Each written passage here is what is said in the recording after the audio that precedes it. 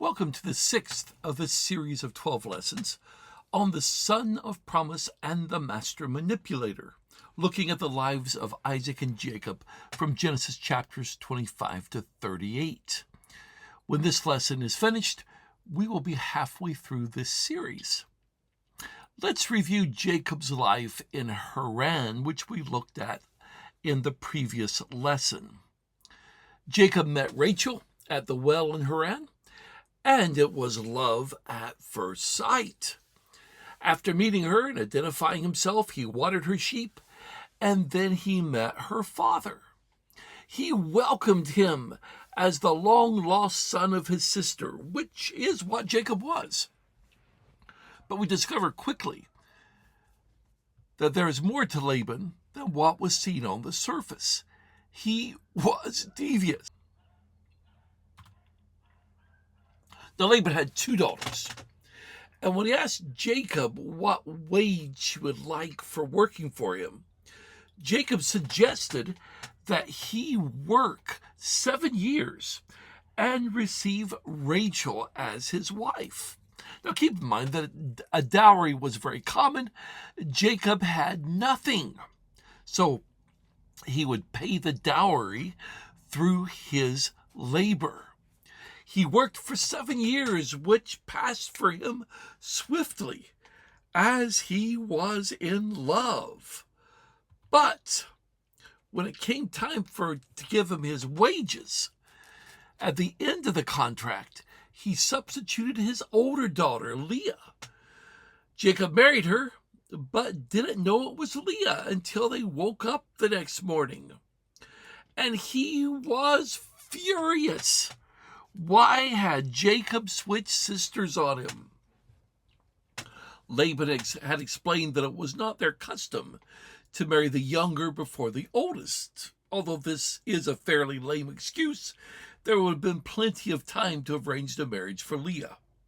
But he told Jacob if he would fulfill the wedding week for Leah, he could then marry Rachel and serve an additional 7 years for her. And that's what Jacob did. Although Rachel was the favorite, God did not permit Rachel to have children. But Leah did. 4 sons were born, presumably in as many years: Reuben, Simeon, Levi, and Judah. And we left Jacob with 2 sons, one favorite and barren, one less favored, with 4 sons. That brings us to the next chapter, chapter 30. And in this chapter, we're going to see Jacob's family continuing to grow, as well as continued animosity between his 2 wives, the sisters. We also see Jacob working out to receive income for his growing family. Outline of this chapter might look something like this. This is the one we're going to be using. First 14 verses, we see the growth of Jacob's family by his wife's servants. We see additional children by his 2 wives. And then we'll look at Jacob increasing his flocks and his wealth. This evening, I'll be reading from the text in the Net Bible. So, chapter 30, beginning at verse 1. When Rachel saw that she could not give Jacob children, she became jealous of her sister. She said to Jacob, "Give me children or I'll die." Jacob became furious with Rachel and exclaimed, "Am I in the place of God, who has kept you from having children?" She replied, "Here's my servant Bilhah. Have sexual relations with her so that she can bear children for me, and I can have a family through her." So Rachel gave him her servant Bilhah as a wife, and Jacob had marital relations with her. Bilhah became pregnant and gave Jacob a son. Then Rachel said, "God has vindicated me. He has responded to my prayer and given me a son." That is why she named him Dan. Bilhah, Rachel's servant, became pregnant again and gave Jacob another son. Then Rachel said, I have fought a desperate struggle with my sister, but I've won. So she named him Naphtali. When Leah saw that she had stopped having children, she gave her servant Zilpah to Jacob as a wife. Soon Leah's servant Zilpah gave Jacob a son. Leah said, "How fortunate!" So she named him Gad. Then Leah's servant Zilpah gave Jacob another son. Leah said, "How happy I am, for women will call me happy." So she named him Asher. And what's going on here, we can see Rachel's frustration at having no children. She was jealous of her sister. Bill Grasham, in his commentary on Genesis, said this: Rachel's jealousy of Leah was rooted in the social disgrace of barren women in ancient culture. Childbearing was the one unique act that gave women self-esteem, meaning, and purpose in life. And Rachel had no children. In her mind, the score between her and Leah was 4-0. And she blamed it all on Jacob, although it should have been obvious that it wasn't Jacob's fault, as he was having children through Leah. She told Jacob to give her children too, or she would die. Literally, the text reads, "Give me sons, or I will die." Jacob, in essence, says it's not his fault. He's not the one who was barren because he already had 4 sons. Notice that the text tells us that Jacob became angry with Rachel. In fact, the Hebrew would be more literally translated, "The anger of Jacob was hot." It looks like the honeymoon was over, and perhaps Jacob is coming to look more favorably on Leah. Rachel had a solution. If you're familiar with the earlier parts of Genesis, we've got deja vu. "Take my servant Bilhah as a wife. I'll have children through her." Bill Grasham comments, by this time, Rachel seems to have given up hope that God would act on her behalf and give her natural children through childbirth. She decided to follow the ancient Near Eastern custom of surrogate motherhood, just as Sarah had arranged through Hagar. We would probably better refer to Bilhah as a concubine, a wife who has the status of a servant, and Rachel would have children by her. In the society at that time, children born to the servant wife legally were considered to be children of the wife. We have the first surrogate mothers going on at this point. The phrase literally in Hebrew is that she may bear on my knees, which is a symbolic statement that the newborn would be placed on her knees and be considered her child. So Jacob ended up having 2 sons by Bilhah. The first was named Dan, meaning God has judged, or judge, or vindication. Rachel said, "God has vindicated me. He has responded to my prayer and given me a son." Bill Grasham again. Rachel did not think of the birth of the son as simply a blessing from God. She saw it as justice that was due her because she was a helpless victim of childlessness. Well, Rachel sensed that God was righting a wrong, and she has Bilhah has another son, Naphtali, which means I have wrestled or struggled. Rachel said, "I fought a desperate struggle with my sister, but I have won." As Rachel saw it, the score was now 4-2. Now Leah saw what Rachel was doing, so she did the same. She gave Jacob her servant, Zilpah, for a wife or a concubine. Again, Bill Grasham says, Leah evidently determined not to allow Rachel the joy of thinking that she had been victorious in their contest, decided to employ the same tactic Rachel had used. Jacob ended up having 2 sons by Zilpah, who would be considered Leah's sons. Gad was the first, meaning good fortune or luck. Leah said, how fortunate. Now, King James and New King James Version has a troop comes, which seems to be a textual variant in the manuscripts used for that, or possibly just a poor translation. Second son by Zilpah is Asher, which means happy. And Leah said, how happy I am, for women will call me happy. And the score was now 6-2. So we have another few years taking place. The length would depend on whether Jacob was given the maids roughly at the same time, or whether it was after Bilhah had 2 sons that he was given Zilpah.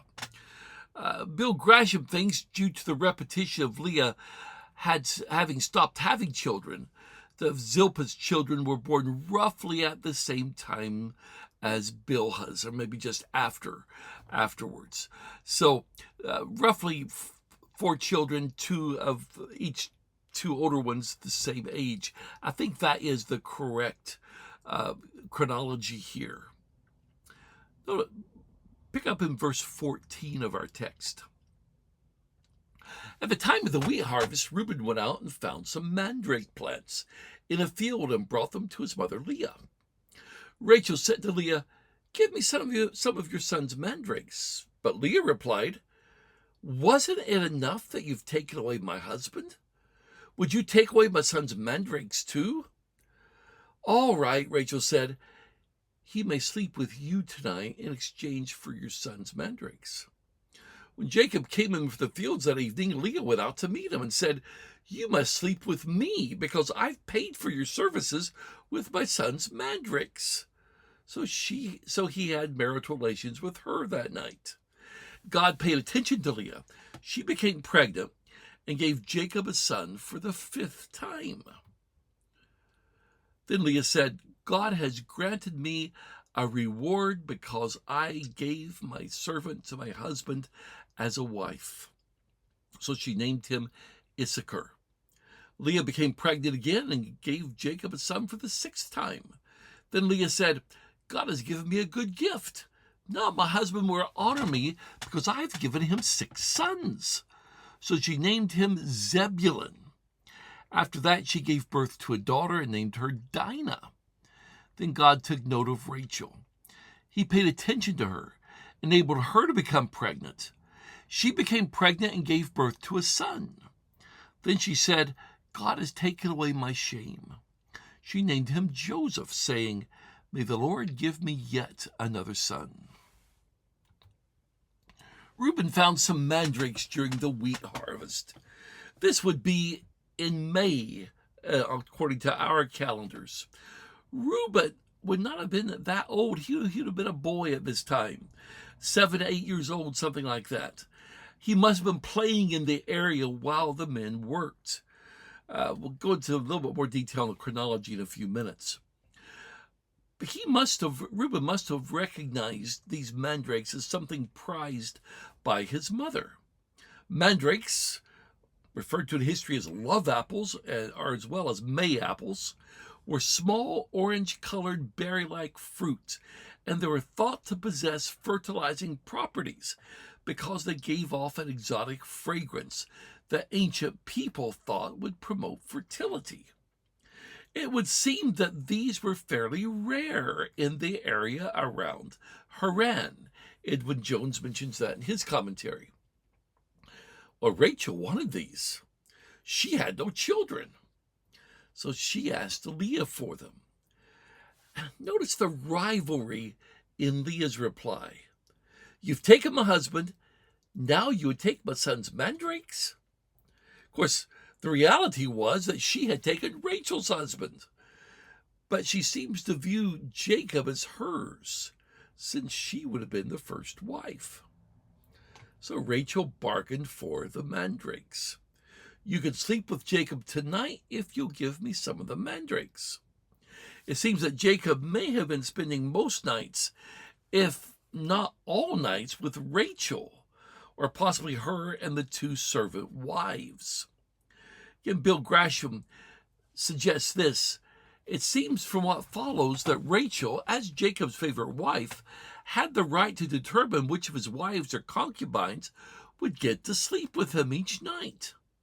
In a world where a woman's value and self-esteem were based primarily on her ability to give her husband sons, one can only imagine the jealousy that existed among Jacob's wives.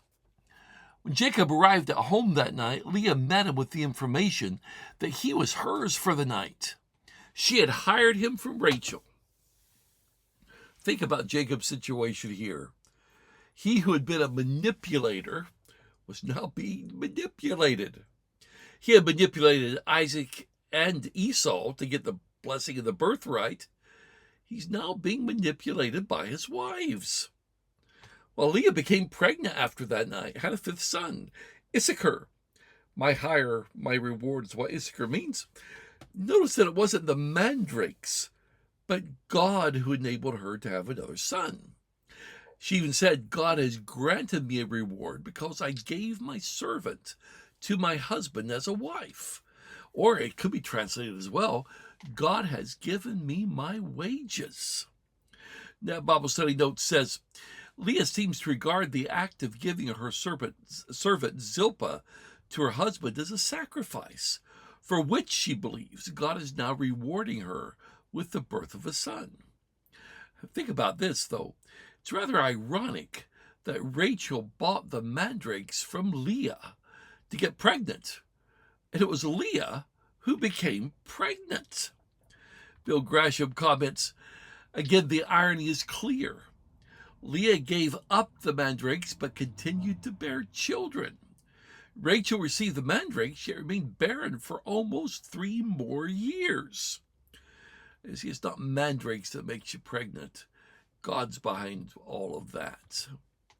Leah became pregnant again, had a 6th son. If Jacob had been spending more time with Rachel, it seems that he was once again now spending time sleeping with Leah. She named the 6th son Zebulun. My husband will honor me, or my husband will bring me presents, or my husband will bring me honor, something like that. And she said, God has given me a good gift.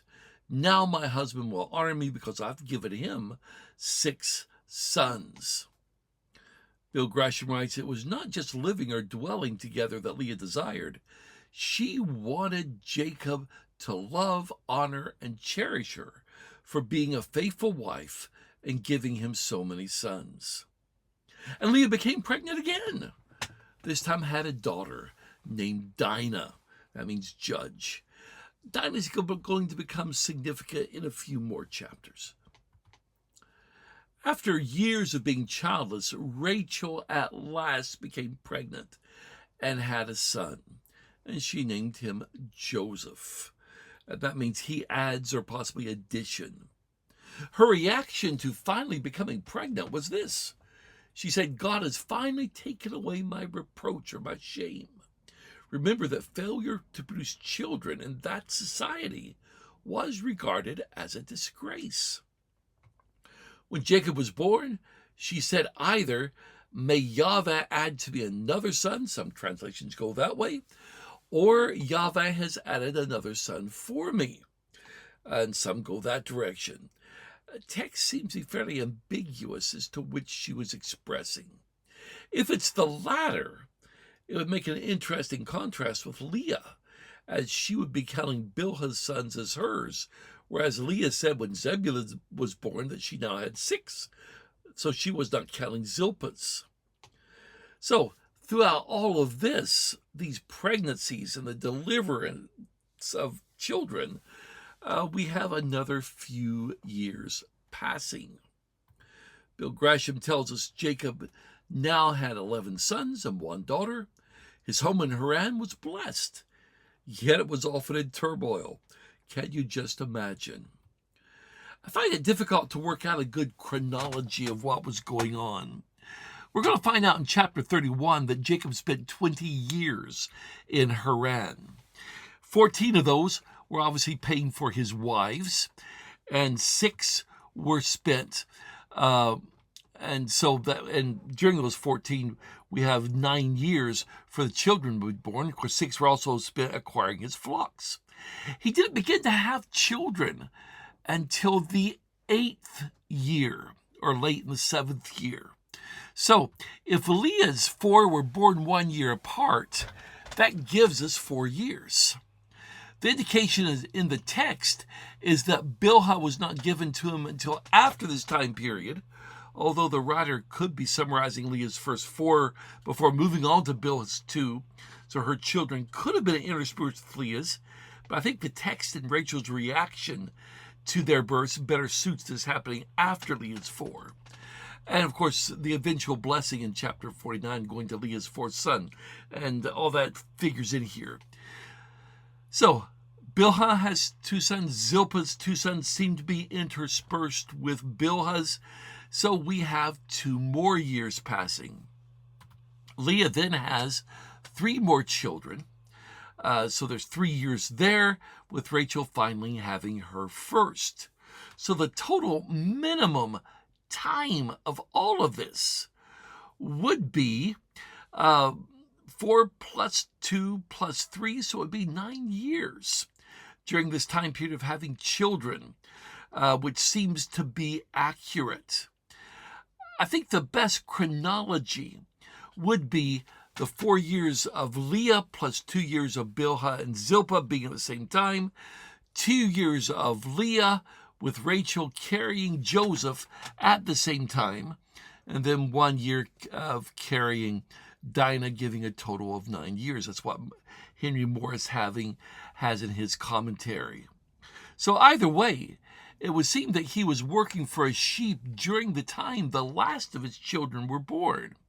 It may be that he considered the years following the payment of his wives as those that he worked for his flocks, although the wage was not settled until he was well into that time period. That brings us to the last section, beginning at verse 25. After Rachel had given birth to Joseph, Joseph said to Laban, "Send me on my way so that I can go home to my own country. Let me take my wives and my children, whom I have acquired by working for you. Then I'll depart, because you know how hard I've worked for you." But Laban said to him, "If I have found favor in your sight, please stay here, for I have learned by divination that the Lord has blessed me on account of you." He added, "Just name your wages. I'll pay whatever you want." "You know how hard I've worked for you," Jacob replied, "and how well your livestock have fared under my care. Indeed, you had little before I arrived, but now your possessions have increased many times over. The Lord has blessed you wherever I worked. But now how long must it be before I do something for my own family too?" So Laban asked, "What shall I give you?" "You don't need to give me a thing," Jacob replied, "but if you agree to this one condition, I will continue to care for your flocks and protect them. Let me walk among all your flocks today and remove from them every speckled or spotted sheep, every dark-colored lamb, and the spotted or speckled goats. These animals will be my wages. My integrity will testify for me later on. When you come to verify what I've taken, only the wages we agreed on. If I have in my possession any goat that is not speckled or spotted, or any sheep that is not dark-colored, it will be considered stolen." "Agreed," said Laban. "It will be as you say." So that day Laban removed the male goats that were streaked or spotted, all the female goats that were speckled or spotted, all that had any white on them, and all the dark-colored lambs, and put them in the care of his sons.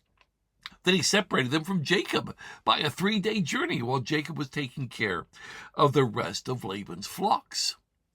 But Jacob took fresh-cut branches from poplar, almond, and plane trees. He made white streaks by peeling them, making the white inner wood in the branches visible. Then he set up the peeled branches in all the watering troughs where the flocks came to drink. He set up the branches in front of the flocks where they were in heat and came to drink. When the sheep mated in front of the branches, they gave birth to young that were streaked or speckled or spotted.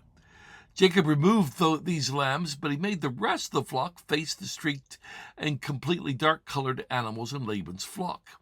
So he made separate flocks for himself and did not mix them with Laban's flocks.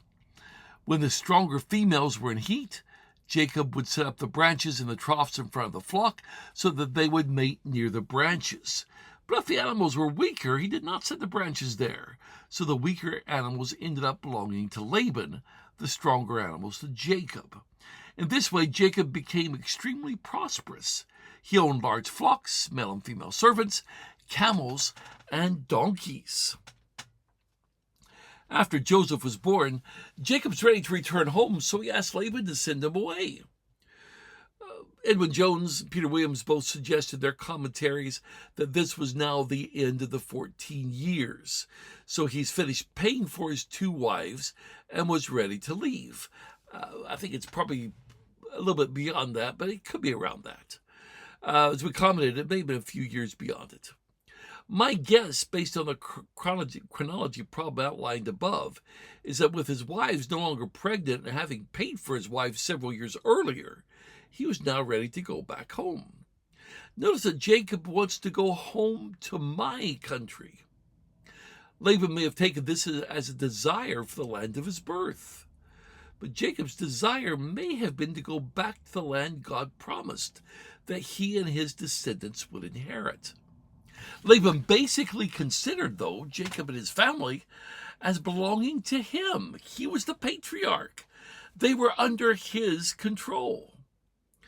Bible Study Notes comments on the translation here. The Hebrew literally is, "Give my wives and my children for whom I have served you." In one sense, Laban had already given Jacob his 2 daughters as wives. Here, Jacob was asking for permission to take his own family along with him on the journey back to Canaan. Laban viewed Jacob more as a slave without rights than as a son-in-law. Laban wasn't ready for him to leave yet. He told Jacob to stay and name his wages.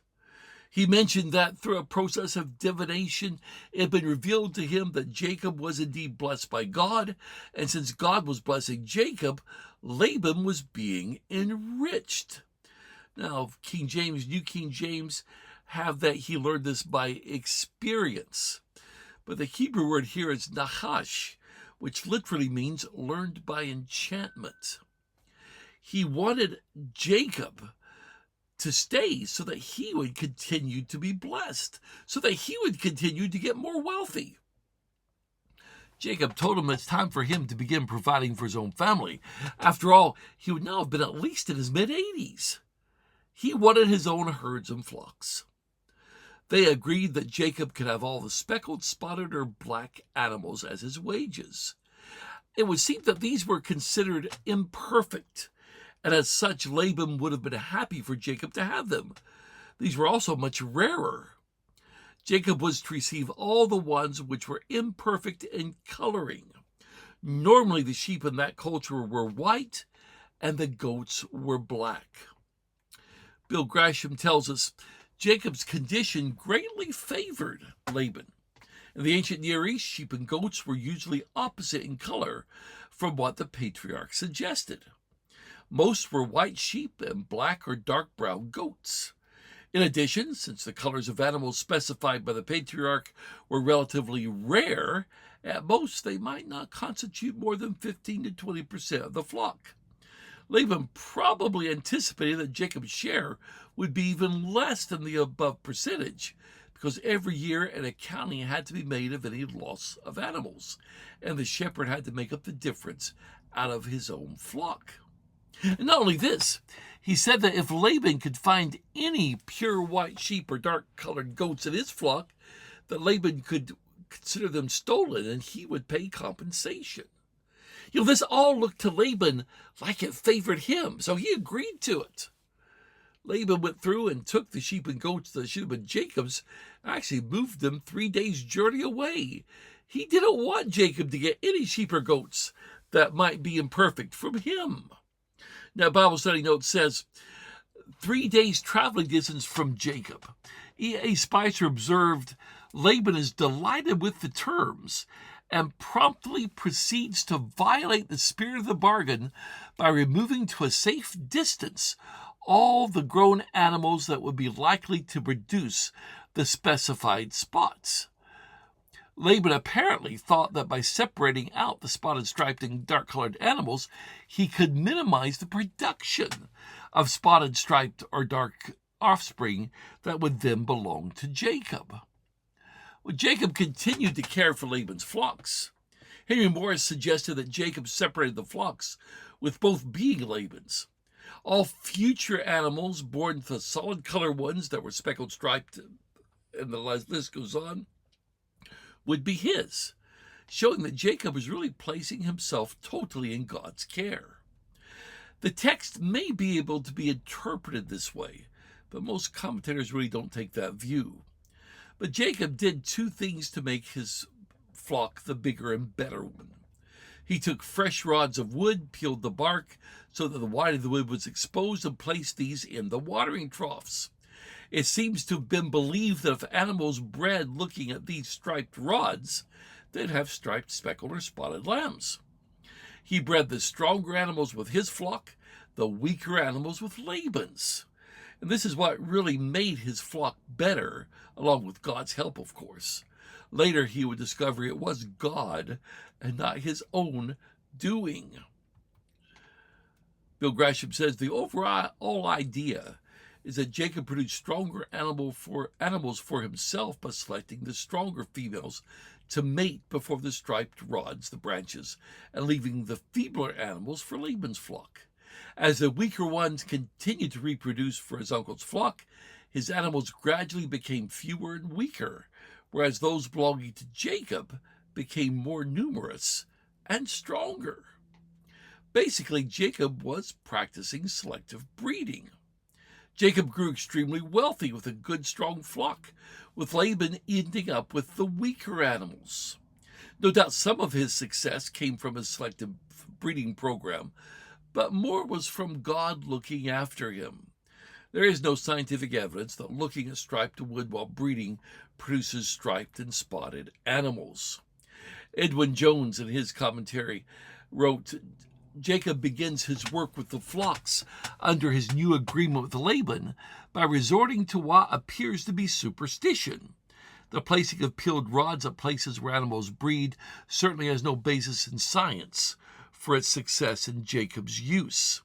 And Jim McGuigan wrote, of course, Jacob's tricks weren't producing all this. God told Jacob what was really happening.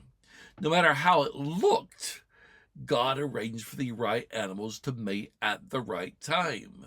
See a discussion somewhere on the recessive element in our genes. The animals, whatever appearance, had the genetic equipment to produce the other kind. Henry Morris suggested that the wood and the water in some way caused the animals to be in heat and be more sexually active. That Jacob was simply speeding up the reproductive process.